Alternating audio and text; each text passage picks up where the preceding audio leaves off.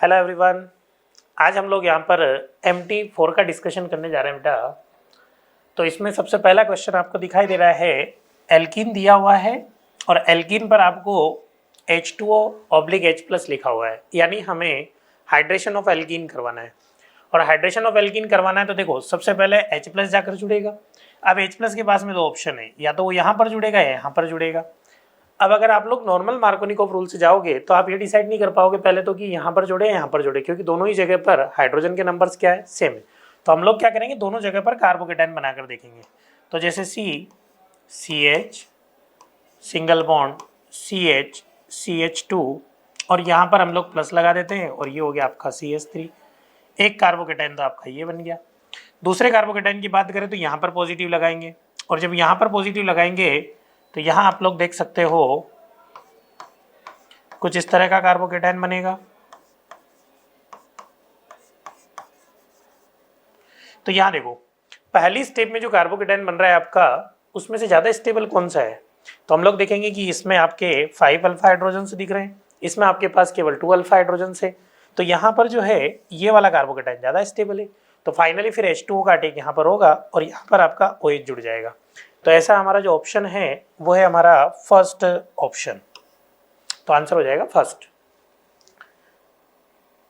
Next CH3 CH2 CH double bond CH2 है again, और यहाँ पर कंसंट्रेटेड H2SO4 लिखा हुआ है, यानी ये फिर से आपकी एडिशन रिएक्शन है। अब एडिशन रिएक्शन में सबसे पहले तो आपको ये बताया गया था कि जो H2SO4 होता है उसकी स्ट्रक्चर कुछ इस तरह की होती है, S डबल बॉन्ड OH। तो यहाँ से जो होता है, यहाँ से H+ और O-, ये दोनों बाहर H+ बाहर निकलता है। तो H+ जाकर जुड़ेगा आपका और एक जुड़ेगा OSO3H। तो H+ तो वहाँ जुड़ेगा जहाँ पर हाइड्रोजन ज़्यादा है, तो यहाँ पर हमने H जोड़ दिया और यहाँ पर हम लोग जोड़ेंगे OSO3H, और ऐसा ऑप्शन है आपका थर्ड ऑप्शन।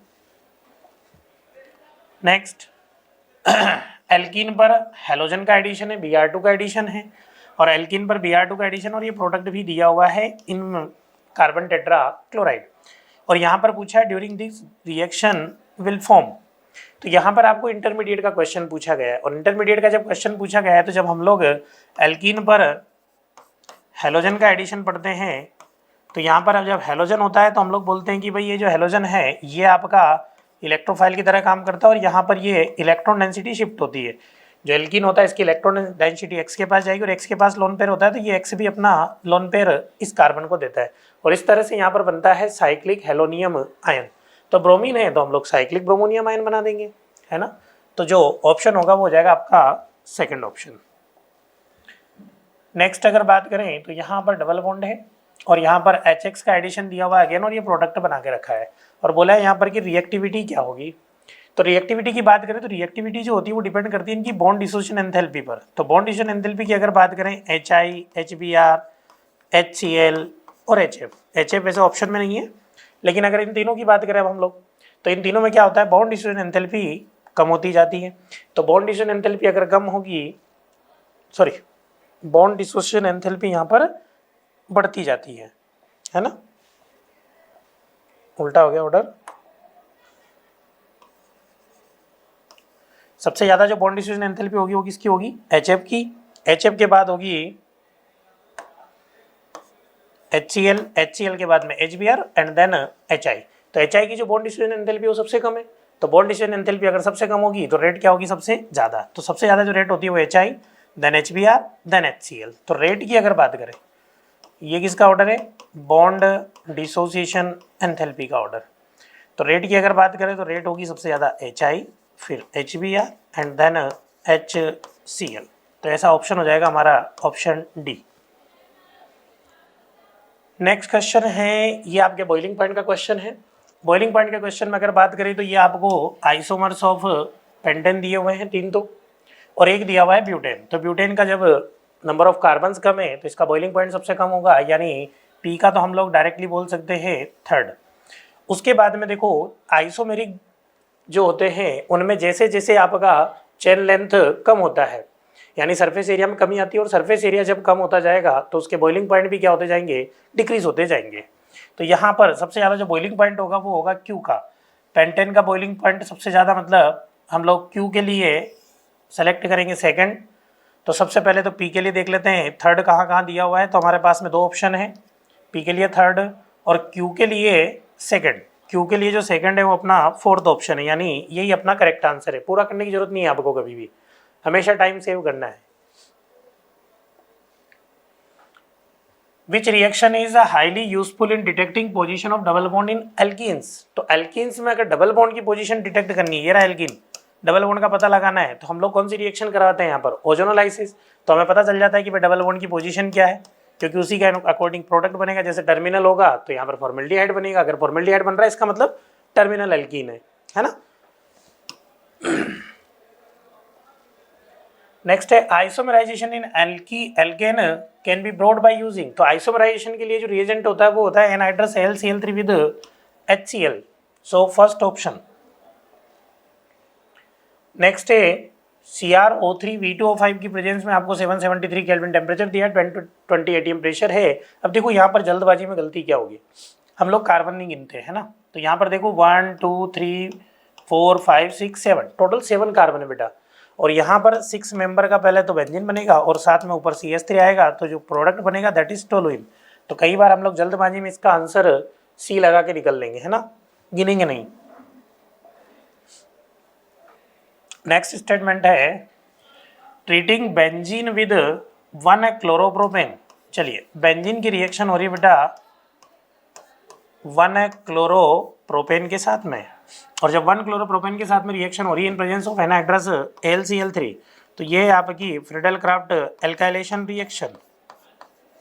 और जब फ्रीडल क्राफ्ट एल्काइलेशन होगा तो यहाँ पर आपका कार्बोकेटाइन बनेगा, लेकिन ये जो कार्बोकेटाइन में रीअरेंज होकर ये मोर स्टेबल में कन्वर्ट होगा।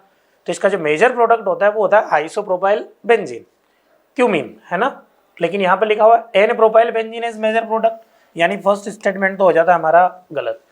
Above reaction is an example of electrophilic addition reaction, बिल्कुल गलत है क्योंकि इलेक्ट्रोफिलिक सब्सटीट्यूशन रिएक्शन है, तो ये भी गलत हो गया है ना। दोनों स्टेटमेंट हमारे गलत हैं और ऐसा ऑप्शन है आपका, both statements are incorrect, fourth option.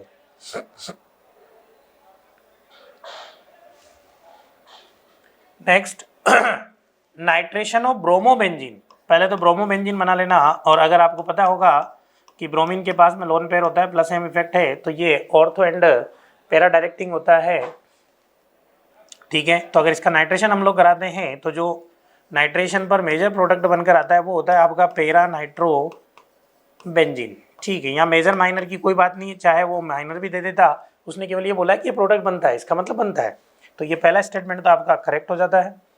Bromination of nitrobenzene, nitrobenzene का करोगे तो नाइट्रो ग्रुप जो होता है वो मेटा डायरेक्टिंग होता है, और मेटा डायरेक्टिंग है, लेकिन यहाँ पर तो Br इसके पैरा पर दिया हुआ है, यानी सेकंड स्टेटमेंट गलत है, फर्स्ट स्टेटमेंट हमारा बिल्कुल सही है। तो first statement is correct, second is incorrect, option C, sorry option B है ना। यहां पर कौन सा ऑप्शन होगा, B option, first statement correct, second incorrect, ठीक है। यहां पर सेकंड करेक्ट लिखा हुआ है ना। चलिए नेक्स्ट क्वेश्चन है अपना, पहला है CH3CH2Br sodium with dry ether, ये आपकी दी हुई है कौन सी reaction, Wurtz reaction. Wurtz reaction में आपका 2 मोल आपस में जुड़ेंगे और यहाँ पर बनाएंगे N ब्यूटेन। यहाँ पर दिया हुआ हाइड्रोजन विद जिंक, तो मेटालिक रिडक्शन हो गया ये, और यहाँ पर आपका कन्वर्ट हो जाएगा ये CH3 में। ये दिया हुआ है सोडा लाइम डिकार्बोक्सिलेशन, यहाँ से आपका Na2CO3 बाहर निकलेगा और यहाँ पर ये कन्वर्ट हो जाएगा CH4 में। तो अगर अपन देखें तो A का जो है वो हो जाएगा सेकेंड, ए का सेकंड आपके दो ऑप्शन में दिया हुआ है। फिर आप लोग देखिए बी जो है उसका हो जाएगा फर्स्ट, बी का फर्स्ट, इसका मतलब जो आंसर होगा हमारा 56 में वो बी हो जाएगा। नेक्स्ट ये ओजोनोलाइसिस दिया हुआ है O3 with zinc dust and H2O और यहाँ पर बोला है कि केवल एसीटोन आपका एज ए प्रोडक्ट मिल रहा है, और एसीटोन एज ए प्रोडक्ट मिल रहा है, इसका मतलब उसके लिए जो एल्कीन लेना पड़ेगा तुम्हें, वो एल्कीन लेना पड़ेगा कुछ इस तरह का, क्योंकि यहाँ से होगा इसका क्लीवेज और यहाँ पर ऑक्सीजन और ऑक्सीजन आ जाएंगे, तो ये बनेगा आपका एसीटोन एसीटोन है ना। तो ऐसा एल्कीन जो है वो है आपका थर्ड ऑप्शन। सोडियम एसीटेट का आपको कोल्वेज इलेक्ट्रोलाइसिस दिया हुआ है। पहले तो सोडियम एसीटेट पता होना चाहिए कि स्ट्रक्चर क्या होती है, ये होता है आपका सोडियम एसीटेट। सोडियम एसीटेट का जब कॉल्वेज इलेक्ट्रोलाइसिस कराते हैं तो यहाँ पर मिथाइल फ्री रेडिकल बनता है और मिथाइल फ्री रेडिकल आपस में मिलकर ये बना लेते हैं आपका ईथेन। तो यहाँ पर हो जाएगा आपका सेकंड ऑप्शन।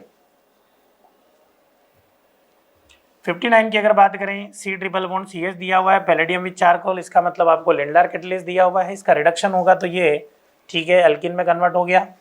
यहाँ पर फिर से एल्काइन है, फिर से पैलेडियम विद चारकोल है, और पैलेडियम विद चारकोल जो होता है लिंडार कैटलिस्ट जो होता है वो आपका सिस एल्किन बनाता है, तो ये बिल्कुल सही होगा सेकंड भी। फर्स्ट बिल्कुल करेक्ट है। थर्ड में सोडियम विद लिक्विड अमोनिया दिया है तो यहाँ पर ट्रांस एल्किन बनना चाहिए था, लेकिन यहाँ पर दिया हुआ है सिस, यानी ये वाला क्या हो गया हमारा गलत हो गया। और उस पूछा क्या पहले यहाँ पर मेंशन जरूर कर लेना, इनकरेक्ट ही पूछ लेता है कई बार, सब कुछ सही होने के बावजूद हम लोग गलत करके आते हैं। तो यहाँ पर पूछा गया करेक्ट, तो करेक्ट हमारा कौन कौन सा है भाई, फर्स्ट और सेकंड हमारा करेक्ट है, यानी ए ऑप्शन हो जाएगा आपका। नेक्स्ट क्वेश्चन है 60। यहाँ पर आपका क्वेश्चन है भाई कि पहले तो हाइड्रोबोरेशन ऑक्सीडेशन दिया हुआ है। हाइड्रोबोरेशन ऑक्सीडेशन में हम लोग H2O का एडिशन करते हैं अकॉर्डिंग टू एंटी मार्कोनिकॉफ और मार्कोनिकॉफ। तो यहाँ पर हम लोग सिंपली एंटी मार्कोनिकॉफ रूल के अकॉर्डिंग क्या करेंगे, H2O का एडिशन करेंगे। तो H2O का जब एडिशन करोगे पहले वाले में, तो यहाँ पर P जो होगा उसमें आपका OH जो होगा वो साइड में आ जाएगा, CH डबल बॉन्ड CH2, और यहाँ पर आपका एल्कीन जो होगा ये CH2 में कन्वर्ट हो जाएगा और ये OH आकर यहाँ पर जुड़ जाएगा। ये आपका हाइड्रेशन ऑफ एल्कीन है। तो पहले कार्बोकेटाइन बनाना है, कार्बोकेटाइन बनाओगे यहाँ पर, कार्बोकेटाइन में हमारा यहाँ पर रीअरेंजमेंट पॉसिबल है, तो रीअरेंज होकर कार्बोकेटाइन पॉजिटिव चार्ज यहाँ पर जाएगा, और जब पॉजिटिव चार्ज यहाँ पर जाएगा तो यहीं पर OH जुड़ेगा। अब हमें पहले तो यहाँ पर ध्यान से सुनना, कई बार दिमाग हमारा बंदा होता है, हम लोग यहाँ पर पहले देख लेना चाहिए कि P क्या है और Q क्या है ना। कई बार Q ऊपर लिख देगा, P नीचे लिख देगा, और हमने क्वेश्चन बिल्कुल सही किया है, कोई दिक्कत ही नहीं है, लेकिन कई बार क्या होगा कि हम लोग हाँ प्रोडक्ट बन गया साहब यहाँ पर, लेकिन Q लिखा हुआ था और हम लोग क्वेश्चन में पूछ लिया P एंड Q रेस्पेक्टिवली, या उल्टा पूछ लेगा जानबूझ के, यहाँ पर लिख देगा Q एंड P रेस्पेक्टिवली, और सब कुछ होने के बावजूद आंसर क्या हो जाएगा, गलत हो जाएगा। तो अब अगर P देखें तो P तो हमारा ये ठीक है, और Q हमें ढूंढना पड़ेगा। तो P हमारा फर्स्ट ऑप्शन सही है, P हमारा C भी सही है, और उसके बाद में जो Q है वो आपका ये वाला है। तो थर्ड ऑप्शन जो होगा 60 में वो आपका करेक्ट आंसर होगा। नेक्स्ट है टोलुइन दिया हुआ है। टोलुइन की रिएक्शन दी हुई है Br2 विद FeBr3, और जब टोलुइन की रिएक्शन कराई जाती है Br2 विद FeBr3, पहले तो ये प्लस H इफेक्ट के कारण होगा आपका ऑर्थो एंड पैरा डायरेक्टिंग, और ऑर्थो एंड पैरा डायरेक्टिंग के साथ साथ जब इलेक्ट्रोफाइल स्टेरिकली हैंडेड होगा तो यहाँ पर आपका पैरा प्रोडक्ट मेजर होता है। इन जनरल अगर कई बार देखोगे तो ऑर्थो मेजर आएगा, लेकिन यहाँ पर कौन सा मेजर आएगा, पैरा मेजर आएगा। तो यहाँ पर जो पहली रिएक्शन में प्रोडक्ट बनकर आया वो आएगा आपका ये, और यहाँ पर दिया हुआ है Br2 with HNu, that is free radical substitution reaction. अब देखो कई बार जरूरी नहीं कि यही पूछे, वो बोल देगा कि भाई P और Q जो बने वो कौन सी मैकेनिज्म के थ्रू बने हैं, तो यहाँ पर कौन सा है, यहाँ पर हो गया आपका इलेक्ट्रोफिलिक सब्सटीट्यूशन रिएक्शन, और यहाँ पर हो जाएगा free radical substitution reaction CH2Br। तो अब हमें ऑप्शन ढूंढना है। P अगेन आपका फर्स्ट में भी है, सेकंड में भी है, लेकिन CH2Br चाहिए हमें Q में, तो ये हो जाएगा आपका सेकंड ऑप्शन।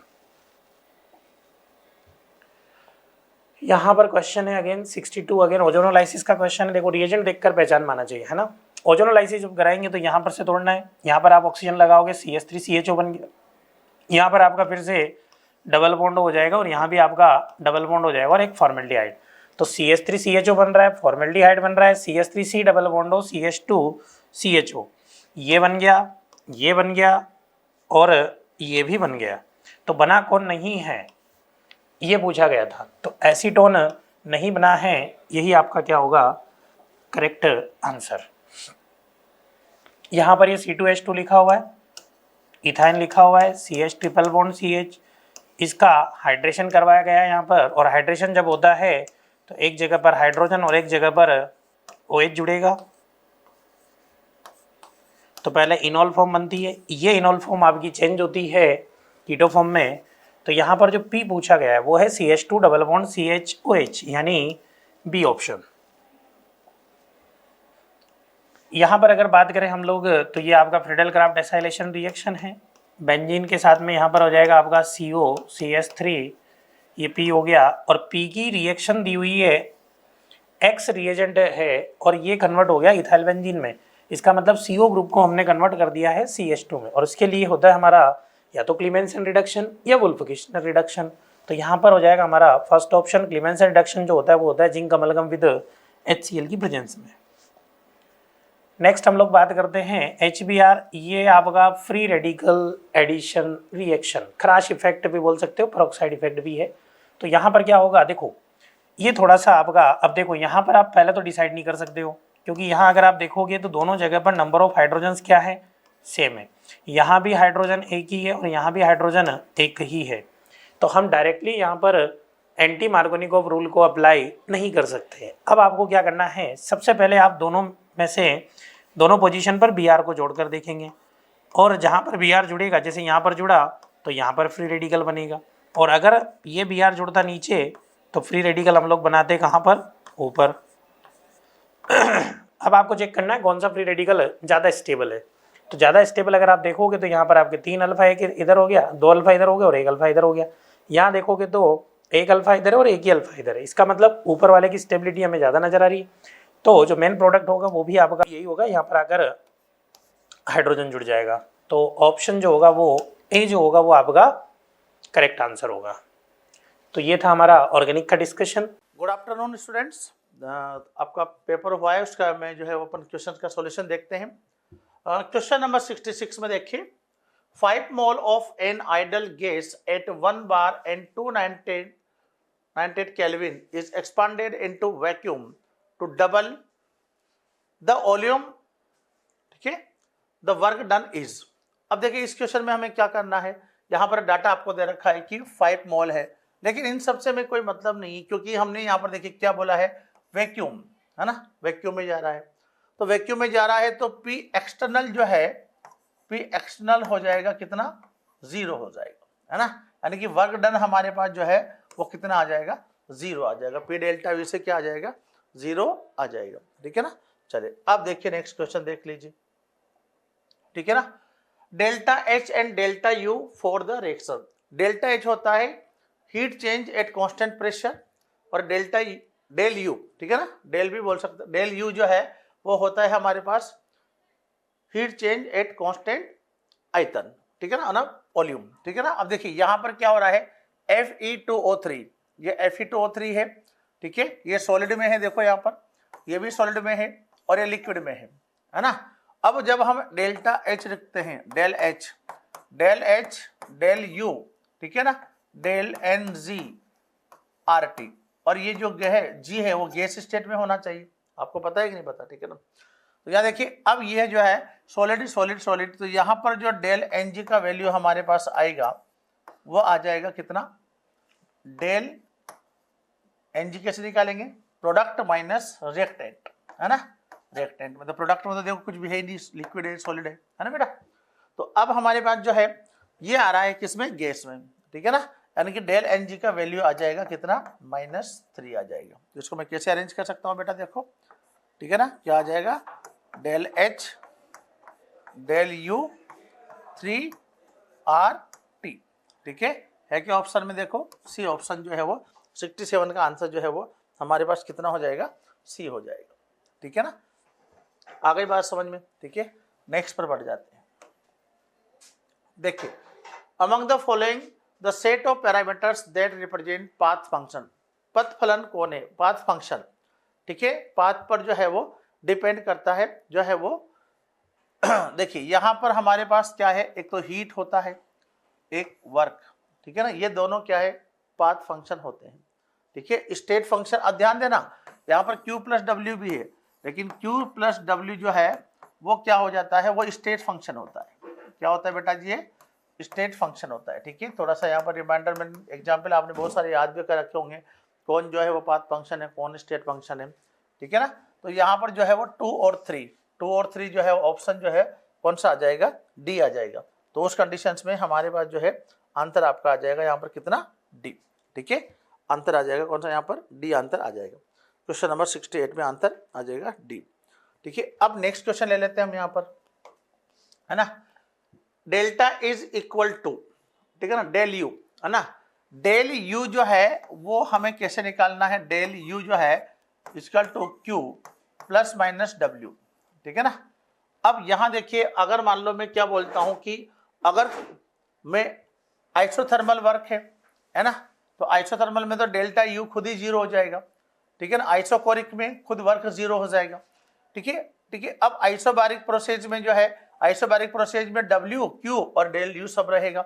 लेकिन एडियाबेटिक जो है वो हम बात करते हैं कि अगर मैं क्यू इसका तो कितना कर दूं, जीरो, जो कि होता है किसमें बेटा जी, एडियाबेटिक प्रोसेस में होता है ना, डी क्यू जीरो होता है, यानी कि हीट चेंज जो है वो जीरो होता है। तो यहाँ पर देखिए ये पोर्शन अगर जीरो हो जाएगा तो डेल्टा यू जो है ये आ जाएगा किसके बराबर, डब्ल्यू, और इसको हम बोल सकते हैं डब्ल्यू, यानी कि वर्क किसमें, बोल दो एडियाबेटिक में, किसमें बेटा जी, यानी कि आंसर हो जाएगा कौन सा, सी हो जाएगा। ठीक है ना। चलो अब नेक्स्ट क्वेश्चन ले लेते हैं हम। At constant volume 2 mole of an ideal gas when heated from 300 kelvin to 500 kelvin change its internal energy, ठीक है ना, बाय 2000 जूल। ठीक है, 2000 जूल एनर्जी में चेंज हो रहा है। The molar heat capacity eight constant volume will be.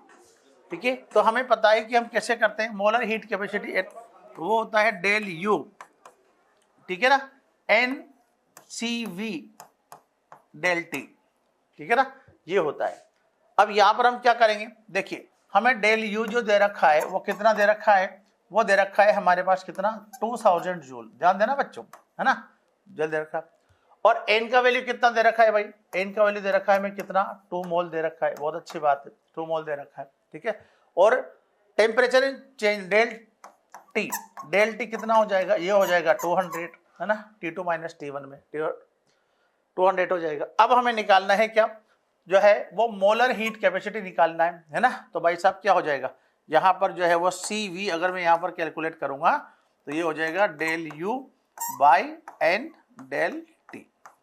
Clear, तो इसको अगर हम सॉर्ट आउट कर लेते हैं तो ये हो जाएगा 2000 डिवाइडेड बाई एन का वैल्यू कितना है, 2 मोल, इनटू ये कितना हो जाएगा 200, सॉर्ट आउट करो इसको, कितना आ जाएगा, ठीक है ना, ये गया, है ना, और यहाँ पर जो है ये आ जाएगा 4, तो 20/4 मतलब हो जाएगा 5। ठीक है, तो 5 कहाँ पर है, ये हमारे पास जो है वो 70 में जो है वो आंसर हमारे पास क्या आने वाला है, 70 में हमारे पास आंसर आने वाला है 5 जूल मोल केल्विन। ठीक है ना। चलो नेक्स्ट क्वेश्चन पर चलते हैं बेटा। नेक्स्ट क्वेश्चन देखिए 71, among the following the state function is are. ठीक है ना, स्टेट फंक्शन जो इनिशियल और फाइनल स्टेट पर डिपेंड करेगा। ठीक है ना, तो इंटरनल एनर्जी स्टेट फंक्शन है ना। वर्क देखिए, इरिवर्सिबल एक्सपांशन और रिवर्सिबल एक्सपांशन वर्क, वर्क कोई सा भी हो, ठीक है ना, यहाँ पर रिवर्सिबल एक्सपांशन वर्क है या, ठीक है, इरिवर्सिबल एक्सपांशन वर्क है, कोई फर्क नहीं पड़ता। ये हमारे पास क्या हो जाएगा, ये पाथ फंक्शन होता है, ध्यान रखना भाई, ये क्या होता है, पाथ फंक्शन होता है ना। और मोलर एंथैल्पी क्या होता है, ये तो स्टेट फंक्शन है। तो हमारा जो ऑप्शन मिल रहा है वो क्या मिल रहा है, फर्स्ट एंड फोर्थ मिल रहा है। तो फर्स्ट और फोर्थ कहाँ पर है जरा देख लो, आंसर हो जाएगा 71 में, आंसर क्या हो जाएगा 71 में, आंसर हो जाएगा आपका कौन सा, ए वाला आंसर हो जाएगा। क्लियर बच्चों, यहाँ तक कोई दिक्कत हो तो बताओ। ठीक है ना, चले नेक्स्ट पॉइंट जो है वो हम ले लेते हैं यहाँ पर।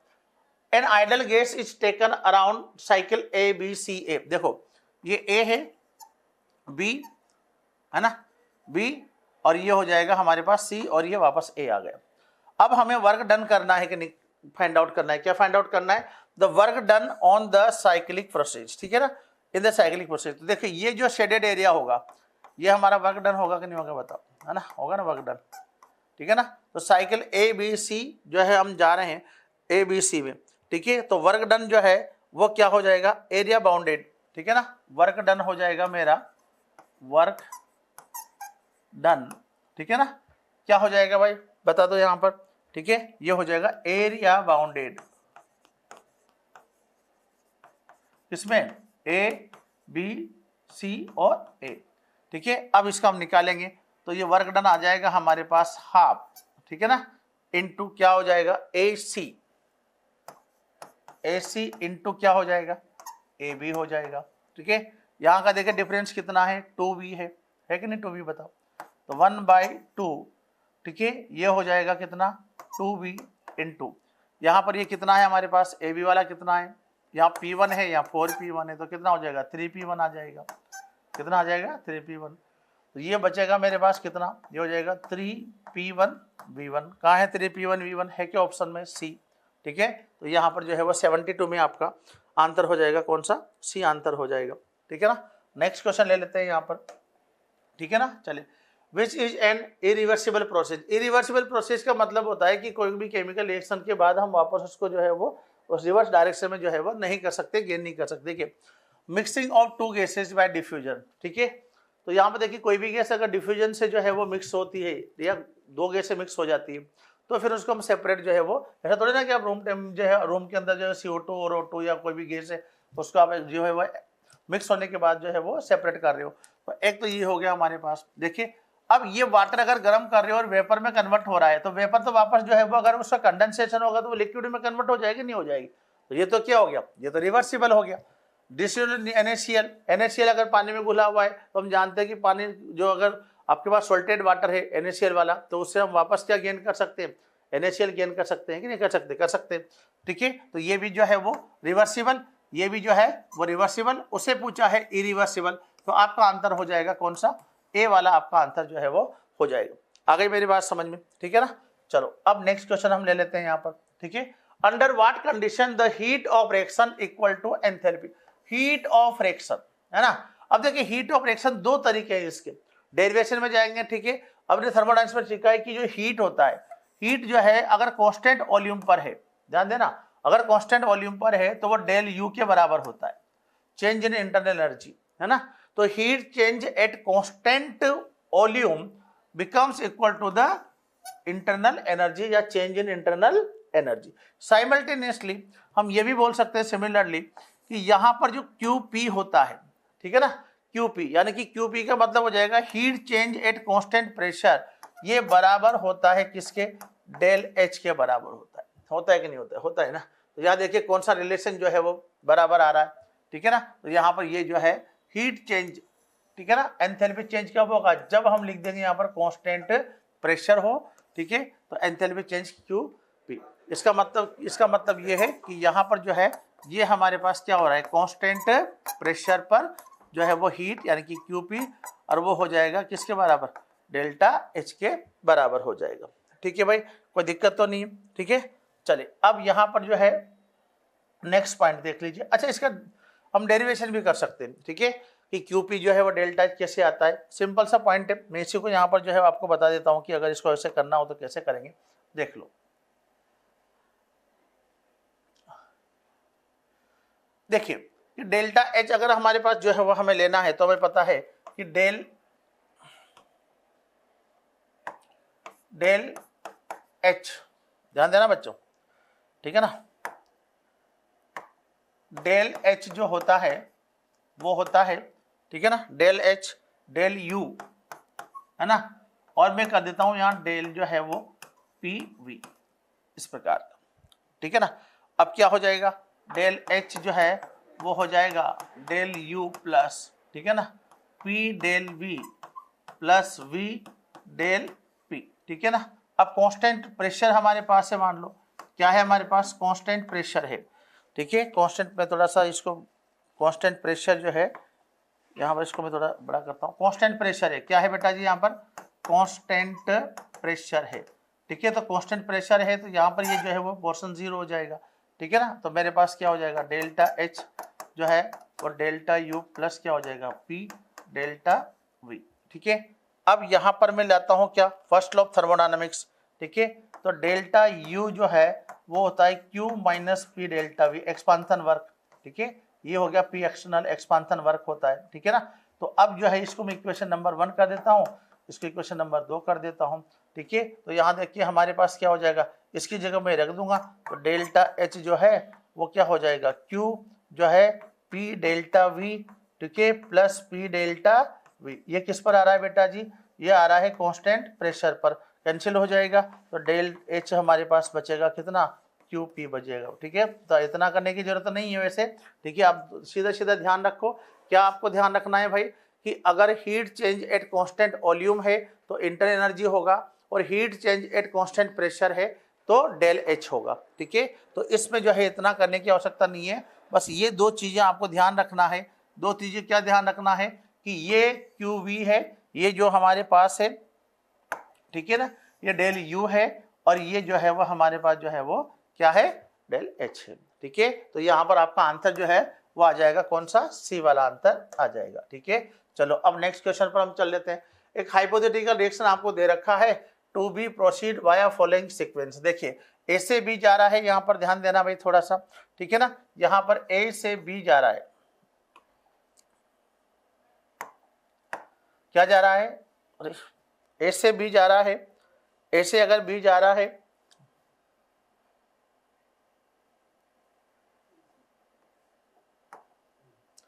अगर ए से बी जा रहा है, देखो यहाँ पर क्या हो रहा है, ए से बी जा रहा है, यही देख लो, ए से बी, ठीक है ना, ए से सी जा रहा है, क्या जा रहा है, ए से सी, तो ए से सी में जा रहा है Q1, जो सी से डी जा रहा है कितना, Q2। लेकिन अब देखो यहाँ से 1/2 डी जा रहा है कितना, बी, तो मैं इसको एक और लिख सकता हूँ ना, डी जो है वो जा रहा है किससे, अगर मैं इसको कर दूं 2b कर दूं, 2b कर दूं तो ये क्या हो जाएगा, डेल एच जो है वो क्या हो जाएगा, Q3 हो जाएगा। क्या हो जाएगा बेटा जी, Q3, कितना कितना Q3, 2Q3 हो जाएगा, है ना। चलो अब मैं इसको 1 कर दूं, इसको 2 कर देता हूं, इसको ये आपका नया जो आ रहा है डेल्टा एच, डेल एच 3 आ गया।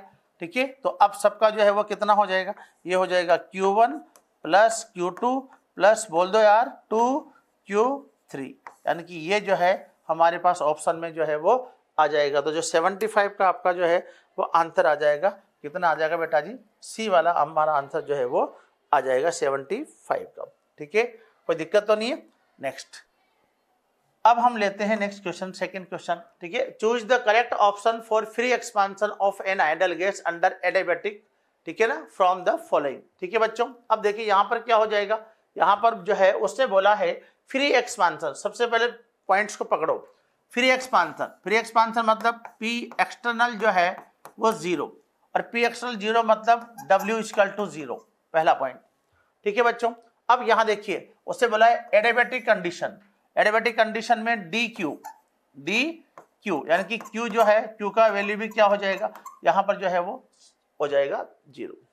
ठीक है, अब जो है वो हमारे पास जो है मतलब हीट चेंज जो है वो क्या हो जाएगा, 0 हो जाएगा, हीट चेंज क्या हो जाएगा, यहाँ पर 0 हो जाएगा। अब देखिए, अब अगर मान लो मैं लेता हूं यहाँ पर, तो डेल U जो है वो Q प्लस W, यानी कि ये तो पूरा का पूरा ही क्या हो जाएगा, 0 हो जाएगा। क्या हो जाएगा, यहाँ का पूरा क्या हो जाएगा, 0 हो जाएगा। अब 0 होने के लिए फिर मुझे जो है वो टेम्परेचर का कंसेप्ट लाना पड़ेगा, तो टेम्परेचर का कंसेप्ट लाना पड़ेगा तो मैं क्या बोलूंगा, सीधा बोल दो, अगर डेल यू 0 है तो टेम्परेचर कांस्टेंट होगा। अगर ऐसा नहीं करना चाहते हो तो एक क्वेश्चन लिख सकते हो, NCV डेल T कर दो। ठीक है, और ये कितना है, 0 है, तो क्या हो जाएगा, T1 बराबर क्या हो जाएगा, T2, यानी कि डेल टी भी क्या हो जाएगा, डेल टी भी क्या हो जाएगा, 0 हो जाएगा। तो यानी कि जो है वो हमारे पास जो है वो क्वेश्चन में क्या आ जाएगा, यहाँ पर आ जाएगा जो है Q0 हो गया, डेल T W2, यानी कि आंसर हो गया कौन सा हमारे पास जो है वो क्या हो जाएगा, सी आंसर हो जाएगा। कोई दिक्कत, चलिए नेक्स्ट क्वेश्चन पर चलते हैं। The work done by the system is 10 joule. ठीक है बच्चों, the work done by the system is 10 joule and heat is supplied to the, ठीक है, it the change in internal energy. The work done by the system, work done by the system chemistry में हम क्या लेते हैं, negative. कितना है भाई साहब, 10 जूल है, कितना है, 10 जूल। ठीक है, and 40 joule heat is supplied to it, मतलब सिस्टम जो है वो क्या कर रहा है, हीट को एब्जॉर्ब कर रहा है। इन दैट कंडीशन Q जो है ये हो जाएगा हमारे पास प्लस 40। ठीक है ना, तो यहाँ पर जो है वो डेल U जो है, चेंज इन इंटरनल एनर्जी जो हमारे पास आ जाएगा वो आ जाएगा Q माइनस W, यानी कि 40 माइनस 10, ये आ जाएगा कितना, 30 जूल आ जाएगा। कोई दिक्कत बच्चों, ठीक है, तो यहाँ पर हमारे पास जो है वो 77 का आंसर जो है वो हमारे पास जो है वो कितना आ जाएगा, 30 आ जाएगा। ठीक है ना, पॉजिटिव, अब देखो 30 प्लस भी है, 30 यहाँ पर माइनस भी है, तो यहाँ पर जो है वो 77 का आंसर जो है वो ये आ जाएगा। ठीक है ना, चलो नेक्स्ट क्वेश्चन की तरफ चल लेते हैं अपन यहाँ पर। Temperature of 1 mole of an ideal gas is increase by 1 degree at constant pressure, the work done by the gas. ठीक है, अब देखो यहाँ पर वर्क डन ही बोला है, तो यहाँ पर work done by the gas कितना हो जाएगा, ठीक है ना। तो यहाँ पर हम उसको ले लेते हैं कैसे, ठीक है, वर्क डन कैसे निकालते हैं। देखिए पीवी इक्वल टू क्या होता है हमारे पास, एनआरटी होता है कि नहीं होता है बताओ। अब एन इक्वल टू मेरे पास कितना होता है, 1 मोल दे रखा है उसने, बहुत अच्छी बात है ना, आइडल गैस है ना, आदर्श गैस है, ठीक है। तो ये हो जाएगा पीवी इक्वल टू क्या हो जाएगा, आरटी हो जाएगा, है ना। अब हमें मालूम भी क्या है कि डब्ल्यू इक्वल टू क्या होता है, पी डेल्टा वी होता है कि नहीं बताओ, होता है ना, ठीक है ना। तो यहाँ पर देखिए क्या हो जाएगा, अब मैं क्या कर रहा हूँ कि टेम्परेचर में मैं 1 डिग्री जो है वो इंक्रीमेंट कर रहा हूँ। देखो इंक्रीज बाय 1 डिग्री, ध्यान देना बच्चों, है ना, इंक्रीज बाय 1 डिग्री। जब इंक्रीज बाय 1 डिग्री होगा तो आप देखिए कि जो है v डायरेक्टली प्रोपोर्शनल t होता है ना। तो जब v में चेंज होगा, टेम्परेचर जब चेंज होगा तो v में भी चेंज होगा कि नहीं होगा। तो अब क्या हो जाएगा कि p ये हो जाएगा v प्लस डेल v, होगा ना डेल v, क्योंकि चेंज हुआ है, वॉल्यूम कितना हुआ है, ठीक है वो देखो। तो यहाँ पर क्या हो जाएगा, ये r हो जाएगा, और टेम्परेचर में कितना किया हमने, t+1 कर दिया, कितना कर दिया, t+1 कर दिया, है ना। अब इसको देखते हैं, तो pv, ठीक है, ये हो जाएगा pv प्लस क्या हो जाएगा, p del v equal to RT plus क्या हो जाएगा, R हो जाएगा, है ना। अब मैंने क्या कहा कि pv इक्वल टू क्या है, RT है, तो यहाँ पर क्या हो जाएगा, ध्यान देना भाई, थोड़ा सा ध्यान देना यहाँ पर, ठीक है ना। यहाँ पर क्या हो जाएगा कि ये जो है ये pv और ये क्या है, RT। तो मैं यहाँ लिख देता हूँ, इधर आपको ध्यान देना, pv मेरे पास क्या है बच्चा पार्टी, RT है, ठीक है। तो मैं इसको क्या लिख सकता हूँ बच्चों, देखो ध्यान से देखना, ठीक है। मैं इसको क्या लिख सकता हूँ, मैं इसको यहाँ पर लिख सकता हूँ, बहुत ही पॉइंट जो है सिंपल सा पॉइंट है, क्या लिख सकता हूँ कि RT plus P del V equal to RT plus R। तो RT से RT तो कैंसिल ही हो जाएगा, होगा नहीं होगा, हो जाएगा ना। तो अब हमारे पास क्या बचा भाई, अब हमारे पास जो है वो बचा हमारे पास क्या, P डेल V जो है वो कितना हो गया, R, यानी कि जो है वो हमारा आंसर हो जाएगा कौन सा, R।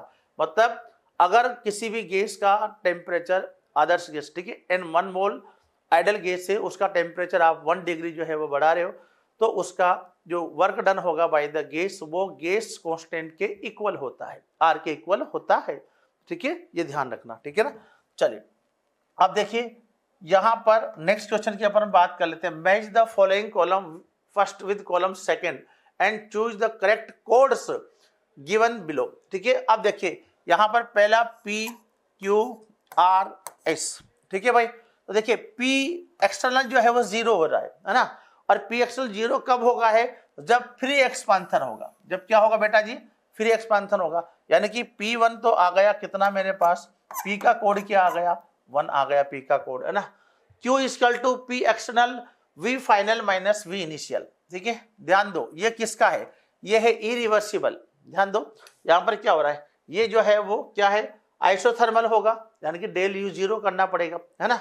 अब डेल U 0 करेंगे तो Q जो है वो क्या हो जाएगा, P, ठीक है ना। तो यहाँ पर ये हो जाएगा इरिवर्सिबल आइसोथर्मल, ठीक है, इरिवर्सिबल आइसोथर्मल, ठीक है ना। तो यहाँ पर जो है वो क्या हो जाएगा, ये हो जाएगा हमारे पास जो है वो आइसोथर्मल, ठीक है, रिवर्सिबल, ठीक है ना। तो यहाँ देखिए ये क्या है, रिवर्सिबल जो है वो क्या है मेरे पास, आइसोथर्मल रिवर्सिबल है, क्या है मेरे पास ये आइसोथर्मल रिवर्सिबल है ना, आइसोथर्मल रिवर्सिबल है ना। तो आइसोथर्मल जो है वो क्या है, या पूरा है आइसोथर्मल इरिवर्सिबल, आपको पेपर में वहां पर मिलेगा आइसोथर्मल जो है वो इरिवर्सिबल, ठीक है ना। तो यहाँ पर जो है ये हो जाएगा 4। अब यहाँ पर क्या है, डेल U जो है वो W एडियाबैटिक, मतलब Q जो है वो हमें क्या करना पड़ेगा, 0 करना पड़ेगा। तो यहाँ पर हमारे पास P का कोड क्या आ गया, 1 आ गया, Q का कोड क्यों आ गया, 4 आ गया, R जो कि रिवर्सिबल जो है वो वर्क है, यानी कि वर्क डन है, ठीक है। तो उस कंडीशन में आइसोथर्मल रिवर्सिबल जो है वो चेंजेज के लिए आ जाएगा, ठीक है। और ये हो जाएगा आइसोथर्मल इरिवर्सिबल, यहाँ आपके पेपर में इरिवर्सिबल जो है वो देखा, यहाँ पर जो है वो शायद वो प्रिंट मिस्टेक हो गया, ठीक है ना। चलो अब नेक्स्ट जो है वो हम क्वेश्चन ले लेते हैं यहाँ पर, नेक्स्ट क्वेश्चन, ठीक है ना। नेक्स्ट क्वेश्चन देखिए, assertion combustion of all organic compounds is an exothermic, बराबर है। एक्सोथर्मिक रिएक्शन जनरली जो है वो क्या होती है, उसके लिए डेल H जो होता है, डेल H जो है वो नेगेटिव होता है ना, यानी कि वो एक्सोथर्मिक रिएक्शन जो है वो जनरली होती है ऑर्गेनिक कंपाउंड्स की, ठीक है। ये पहला करेक्ट ऑप्शन, मतलब करेक्ट जो है असर्शन हो गया। अब जो है बी क्या बोला है, the enthalpies of all elements in their standard state are 0, ठीक है। The enthalpies of all elements in the standard state are 0 होता है, ठीक है, क्योंकि अगर स्टैंडर्ड स्टेट में कोई एंथैल्पी ली जाती है तो वो कितना लेता है, 0 हम उसको कंसिडर करते हैं। जैसे आपके पास सल्फर है, एसेट है या O2 है, ठीक है, तो वहां पर अगर स्टैंडर्ड स्टेट में लेंगे तो वो 0 होता है, यानी कि ये भी जो है वो करेक्ट है। लेकिन करेक्ट एक्सप्लेनेशन नहीं कर सकते। क्यों नहीं करता करेक्ट एक्सप्लेनेशन? क्योंकि डेल एच जो है वो डिपेंड करता है जो है H product minus H reactant पर, है ना। प्रोडक्ट माइनस जब हम निकालते हैं रिएक्टेंट, तो अगर डेल एच का वैल्यू नेगेटिव आता है कि पॉजिटिव आता है, तो उस कंडीशन में जो है वो एक्सोथर्मिक और एंडोथर्मिक को हम डिसाइड करते हैं। इससे कोई मतलब नहीं रहा, लेकिन दोनों जो स्टेटमेंट है वो क्या है, करेक्ट है। यानी कि if both assertion and reason are true but reason is not correct explanation of the assertion, ठीक है। इसका मतलब आंसर हमारा हो जाएगा 80 का आंसर हो जाएगा हमारा, क्या हो जाएगा, 80 का आंसर हमारा हो जाएगा कौन सा, बी जो है यहाँ पर आंसर हो जाएगा। ठीक है बच्चों, तो यहाँ देख लीजिए एक बार इस क्वेश्चन में देख लीजिए, आपको यहाँ पर क्वेश्चन में जो है वो क्या मिलेगा, आइसोथर्मल जो है वो इरिवर्सिबल, और यहाँ पर आइसोथर्मल जो है वो क्या है, रिवर्सिबल। ठीक है, ओके, थैंक यू। ये है MT04 जो हमारा टेस्ट सीरीज चल रही है लगातार, उसके जो इनऑर्गेनिक केमिस्ट्री के सॉल्यूशंस हैं वो मैं आपके सामने लेके आया हूँ। ठीक है, तो शुरू करते हैं। जो क्वेश्चन है हमारा 81, ये हमसे कह रहा है मैच द राइट ऑप्शंस। तो एज पर एनसीईआरटी जब हम देखते हैं तो हम पाते हैं कि ये सब जो है फॉर्मूले एनसीईआरटी में कहीं ना कहीं दिए हुए हैं, और अगर हम वहां से एनसीईआरटी का फॉर्मूला ये पाते हैं जो है क्वेश्चन, है ना, तो हम देखते हैं कि जिप्सम का फॉर्मूला जो है मैच करेगा CaSO4.2H2O से। इप्सम होता है MgSO4.7H2O। वेराइट आपका आएगा BaSO4। ठीक है, गैलेना PbS है, और CuFeS2 को कहते हैं हम कॉपर पायराइट। ठीक है, तो इस तरह का जब ऑप्शन सर्च करते हैं तो हम पाते हैं P का किससे मैच कराना है, K से, तो P का K से। Q का किससे मैच कराना है हमको, Q का कहाँ है, Q को I से मैच करा देते हैं, तो ये पूरा ऑप्शन मैच कर जाता है। तो इस सवाल का आंसर हो जाएगा थर्ड, यानी C ऑप्शन। अगले सवाल पे आते हैं। ये असर्शन रीजन है, ये हमसे कह रहा है कि ग्रुप 16 में स्टेबिलिटी +6 ऑक्सीडेशन स्टेट डिक्रीजेस, अच्छा, एंड +4 ऑक्सीडेशन स्टेट इंक्रीजेस। जब हम ग्रुप 16 में चलते हैं तो नीचे की तरफ जाने पे +6 की स्टेबिलिटी डिक्रीज होती है, ठीक है, और +4 बनना स्टार्ट हो जाता है। एक्चुअल ऐसा इसलिए होता है कि जब हम EC बनाते हैं इस पूरे फैमिली का, तो हम बनाते हैं ECNS2 NP4। ठीक है, अगर ये 6 के 6 इलेक्ट्रॉन बाहर कर दिए गए तो +6 ऑक्सीडेशन स्टेट आती है। अगर ये केवल 4 इलेक्ट्रॉन बाहर किए गए तो +4 ऑक्सीडेशन स्टेट आती है। और जैसे जैसे हम नीचे की तरफ आते हैं हम पहुंचते हैं 6s2 6p4। ठीक है, अगर ये न्यूक्लियस है, ठीक है, तो छठवां सेल जितना बैलेंस होगा उसकी मोटाई उतनी बढ़ती जाती है। ठीक है, तो मोटाई बढ़ने के कारण ये जो एरिया होता है और ये जो एरिया होता है, ठीक है, शेल का, तो इस एरिया पे जो फोर्स लगता है वो अधिक लगता है। खिंचावट वाला फोर्स, न्यूक्लियस इसको खींचता है ना, ये वाला फोर्स इस पर अधिक लगता है और इस पर कम लगता है। तो इसमें क्या होता है कि इसमें जैसे जैसे 6, 7, 8 इस तरह के, 8 तो नहीं सॉरी 6, 7 नंबर तक जब हम सेल पर पहुंचते हैं तो ये 2 पार्ट्स में स्प्लिट होना अलग हो जाता है, और ये 6s जो है न्यूक्लियस की तरफ खिंच जाता है। 6p के इलेक्ट्रॉन्स के जाने की संभावना केवल ज्यादा बन जाती है, क्योंकि 6p बाहर की तरफ रहता है, 6s अंदर की तरफ खिंच जाता है। और हमें मतलब सिंपल भाषा में कहूं, ये एकदम चिर जाता है। इसको कहते हैं इनर्ट पेयर इफेक्ट। ठीक है, तो +4 की टेंडेंसी डेफिनेटली नीचे की तरफ जाने पर बढ़ती है। तो ये पहला स्टेटमेंट बिल्कुल सही है, सॉरी, ये जो असर्शन है ये हमारा बिल्कुल सही है। अब मैं बात करूं रीजन की। रीजन कह रहा है कि moving down the group metallic character increases, बिल्कुल नीचे की तरफ जाते हैं हम, हलीना की रब से फरियाद, नीचे की तरफ जाने पे मेटल कैरेक्टर बढ़ता है। ग्रुप 16 में जाएंगे तो ओल्ड स्टाइल से टीपो, टेल्यूरियम, पोलोनियम मेटल्स है। तो ये भी बिल्कुल सही है, लेकिन इन दोनों का कोई रीजन जो है प्रॉपर मैच नहीं हो रहा है। मतलब स्टेटमेंट कुछ अलग वे में जा रहा है, रीजन कुछ अलग वे में जा रहा है, हालांकि हैं दोनों करेक्ट। ठीक है, क्योंकि इसका जो रीजन है, इसका तो रीजन तो बता चुका हूं, क्या होना चाहिए था यहाँ, इनर्ट पेयर इफेक्ट। तो ऐसा कुछ भी यहाँ ऑप्शन नहीं है, तो हम कहेंगे कि both assertion and reason are true, but reason is not correct explanation of the assertion. चलिए बढ़ते हैं नेक्स्ट सवाल पे। Which order of thermal stability followed by oxygen group halide. Thermal stability बिल्कुल क्लियर है, जितना बड़ा एटम हो जाएगा, ठीक है, उतना जो है उसमें स्टेरिक हिंड्रेंस आएगी और थर्मली हम उसको जल्दी तोड़ सकते हैं। तो डेफिनेटली इसका आंसर होना चाहिए FClBrI। कोई भी हैलाइड होगा तो उसमें फ्लोरीन जो है सबसे ज्यादा थर्मल स्टेबिलिटी दिखाएगा, छोटा परमाणु है, बॉन्ड को तोड़ना थोड़ा मुश्किल पड़ेगा, ठीक है, तो इसकी जो डिसोसिएशन एनर्जी है, ठीक है ना, वो सबसे ज्यादा होगी।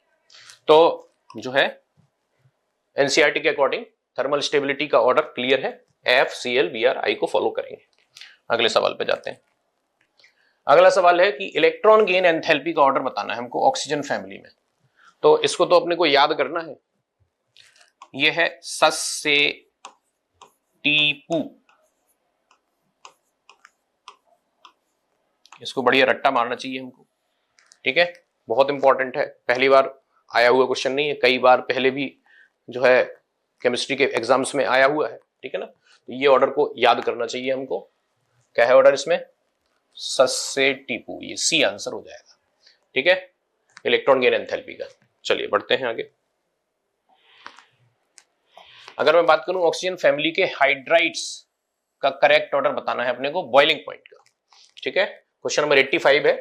और बॉइलिंग पॉइंट का ऑर्डर देखो, जनरली जो बॉइलिंग पॉइंट का ऑर्डर होना चाहिए था वो ये होना चाहिए था, H2T, H2SC, H2S, ठीक है, और सबसे लास्ट में होना चाहिए था H2O, ठीक है। ये हाइड्राइड्स के बॉइलिंग पॉइंट का ऑर्डर सामान्यतः होना चाहिए था, ठीक है। लेकिन अब अगर हम जाते हैं कि ये ऑर्डर क्या है इसमें ऑप्शन में कहीं, बिल्कुल ये ऑर्डर ऑप्शन में है, ये है, ठीक है। लेकिन अब चक्कर क्या है इसमें कि H2 एक बड़ा स्पेशल तरह का लिक्विड है, हमको हाइड्रोजन बॉन्डिंग में पढ़ाया जाता है, इसमें हाइड्रोजन बॉन्डिंग होती है, इस वजह से इसका बॉइलिंग पॉइंट सबसे ज्यादा होता है और ये उठ के अपनी प्लेस से यहां तक आ जाता है, ठीक है।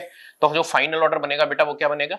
H2O, H2T, H2SE और H2S। तो इसका फाइनल आंसर क्या हो जाएगा हमारा? फर्स्ट नहीं है, ये बी ऑप्शन हमारा एकदम करेक्ट है जो मैच कर रहा है। H2 का बॉइलिंग पॉइंट बढ़ जाता है ड्यू टू हाइड्रोजन बॉन्डिंग। अगले सवाल पे आते हैं, ये भी बॉइलिंग पॉइंट ऑफ हाइड्राइड्स का ही ऑर्डर पूछा गया है, ठीक है। तो बेटा इसके लिए एक ट्रिक है, मैं बता देता हूं आपको, बॉइलिंग पॉइंट और जो है मेल्टिंग पॉइंट्स दोनों को लर्न करने की।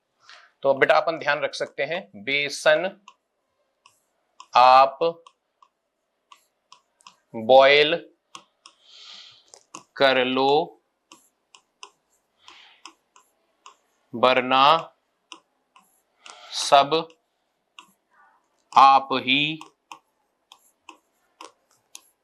गल जाएगा। ये जिंगल्स हैं, ठीक है ना, जो ऑर्डर को याद करने के लिए हम लगाते हैं। तो बेसन आप बॉयल कर लो, ये जो है बॉइलिंग पॉइंट का ऑर्डर है, वरना सब आप ही गल जाएगा, ये आपका ऑर्डर हो जाएगा किसका? मेल्टिंग पॉइंट का। गल जाएगा माने एमपीटी और बॉयल कर लो माने बीपीटी, ठीक है। तो इससे जो निकल के आता है वो ऑर्डर देखिए क्या आता है निकल के, बे माने BiH3, सन माने सा माने SbH3, ना माने NH3, ठीक है, आ माने आर्सिन ASH3 और पा माने फास्फीन PH3। अब ये ऑर्डर बन के आया, अब इसमें NH3 बीच में क्यों आ गया? ये NH3 को यहां होना चाहिए था, लेकिन again due to hydrogen bonding, NH3 में हाइड्रोजन बॉन्डिंग के कारण इसका बॉइलिंग पॉइंट बढ़ता है और वैल्यू वाइज जब हम देखते हैं तो ये उठ के इस यहां से उठ के यहां पे आ जाता है। तो इस तरह का ऑप्शन सर्च कर लेते हैं, पहला ऑप्शन ही हमारा बिल्कुल फॉलो हो रहा है, तो इसी को हम टिक लगा देंगे, ठीक है। बढ़ते हैं अगले सवाल पे। नेक्स्ट क्वेश्चन है कि halogen family will have correct bond dissociation enthalpy order as. तो इसका भी बेटा जिंगल ही है, बढ़िया जिंगल बताता हूं आपको, कल बर्फी तोड़ो, बढ़िया जिंगल है, याद करने के लिए बढ़िया है, ठीक है। PYQ भी है, पुराने उसमें आया हुआ सवाल है और कई बार आता रहता है, ठीक है। तो कल का मतलब हो जाएगा Cl2, बर का मतलब हो जाएगा Br2, F का मतलब हो जाएगा F2 और लास्ट में आएगा I2। अब सवाल यह है कि फ्लोरीन की बॉन्ड डिसोसिएशन एनर्जी यहां क्यों हो गई? ये होना चाहिए थी यहाँ, भाई सबसे छोटा साइज है तो बॉन्ड सबसे मजबूत होना चाहिए था, और जब तोड़ते तो सबसे ज्यादा बॉन्ड डिसोसिएशन के साथ उसको टूटना चाहिए था, पर ऐसा नहीं होता। ऐसा इसलिए नहीं होता क्योंकि जो एक्सप्लेन किया जाता है वो ये बताया जाता है कि जो फ्लोरीन का एटम उसका साइज क्या है, छोटा, और बहुत छोटे साइज के कारण इसके जो इलेक्ट्रॉनिक रिपल्सन है, जो लोन पेयर्स हैं, ठीक है, ये बॉन्ड है, ये एक अलग एटम, ये एक अलग एटम, ये एक अलग फ्लोरीन, ये एक अलग फ्लोरीन, ठीक है। तो इनके जो लोन पेयर्स है ना, उनमें रिपल्शन बड़ा तगड़ा होता है, इसकी वजह से ये बॉन्ड जो है अंदर से ही इसमें ये बना हुआ है कि ये टूटने की प्रवृत्ति थोड़ा सा ज्यादा होती है, और जैसे ही आप हीट दोगे तुरंत टूट जाएगा। तो इसलिए इसकी जो बॉन्ड डिसोसिएशन एनर्जी है खिसक के कहां जाती है, आपकी 3rd नंबर पे। तो इस तरह का ऑप्शन अगर हम देखें तो मुझे सी नजर आ रहा है इसमें, है ना। चलिए बढ़ते हैं अगले सवाल पे। अगला सवाल कह रहा है how many are wrong statement. Okay, इसमें से हमको गलत स्टेटमेंट्स ढूंढने हैं, ठीक है। तो पहला है I2O5 is used to estimate CO2। तो एनसीईआरटी के अकॉर्डिंग जब हम हैलोजन परिवार में जाते हैं, वहां आखिरी पन्ने पे जो प्रॉपर्टीज है वहां साफ लिखा हुआ है कि I2O5 ऑक्साइड वाला कॉलम हमको चेक करना पड़ेगा। वहां I2O5 is used to estimate CO को, कार्बन मोनोऑक्साइड को एस्टिमेट करने काम आती है, ना कि CO2 को। तो पहला स्टेटमेंट रॉन्ग हो जाएगा। दूसरा, इंटर हैलोजन की 4 कैटेगरी होती हैं, बिल्कुल सही बात है। इंटर हैलोजन क्या होते हैं? हैलोजन से हैलोजन जुड़ के जब कंपाउंड बनाता है, ClF, ClF3, ClF5, IF7, ये सब अवेलेबल है। तो 4 कैटेगरी है, तो ये करेक्ट स्टेटमेंट है। दूसरा, O2F2 react with plutonium and oxidise it as PuF6, तो ये भी बिल्कुल सही स्टेटमेंट है। नेक्स्ट है Cl has more electronegativity than fluorine, ये मुझे गलत लग रहा है, ये गलत स्टेटमेंट है, ठीक है। ये स्टेटमेंट कैसा है? गलत है। और उसके बाद कह रहा है एसिडिक स्ट्रेंथ का order HI, HBr, HF, HCl, ये भी गलत लग रहा है। HCl को यहां होना चाहिए था, HF को यहां होना चाहिए था, H पर NCERT, ठीक है। तो इसमें मुझे जो गलत स्टेटमेंट लग रहे हैं ये 1, 2 एंड 3, तो ये मेरे हिसाब से पहला आंसर ही करेक्ट है कि इसमें 3 स्टेटमेंट रॉन्ग है। नेक्स्ट पॉइंट पे आते हैं। तो अगला सवाल है हमारा radio active decay of radium, okay, gives radon and N inert gas. This inert gas is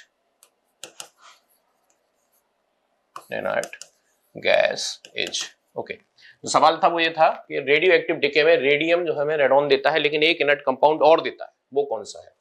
अच्छा, ये रिएक्शन भी दी हुई है यहाँ पे, तो इसको कैसे बना सकते हैं? ये LHS को बैलेंस और RHS को बैलेंस कर देते हैं, तो यहाँ आ जाएगा 2, 222 है, ऊपर ये 222 है और ये 226, तो यहाँ हमें 4 लगाना चाहिए। तो ऐसा पार्टिकल तो 2He4 होता है भाई।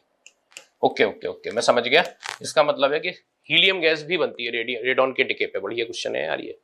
रेडॉन के डिके पे, सॉरी, रेडियम के डिके पे क्या क्या बनता है? रेडॉन और साथ में हीलियम गैस। Very good. बढ़ते हैं अगले सवाल पे। अगला सवाल कहता है कि what is the first synthetic compound of inert gas. तो इनर्ट गैस का पहला सिंथेटिक कंपाउंड था, ये था XCPTF6, ठीक है। यहाँ पे माइनस, यहाँ पे प्लस। जेनॉन ही तो था जिसके सबसे पहले यौगिक बने थे। नील बार्टलेट नामक वैज्ञानिक था, उसने गलती से इस कंपाउंड को सिंथेसाइज कर दिया, O2 प्लस PTF6 नेगेटिव। और जब उसने पाया कि O2 और जेनॉन दोनों की आयोनाइजेशन एनर्जी की वैल्यू लगभग बराबर होती है, 1 पॉइंट का कुछ फर्क होता है, ठीक है। जब बोला जब O2 PTF6 सिंथेसाइज हो सकता है तो XCPTF6 भी सिंथेसाइज हो सकता है। उसने करके दिखाया और हो भी गया। चलिए ठीक है, तो इसका आंसर हो जाएगा क्या? XC प्लस PTF6। सवाल खत्म हो गए शायद। चलिए बढ़ते हैं नेक्स्ट सेशन में, नेक्स्ट टाइम मिलते हैं। Okay bye.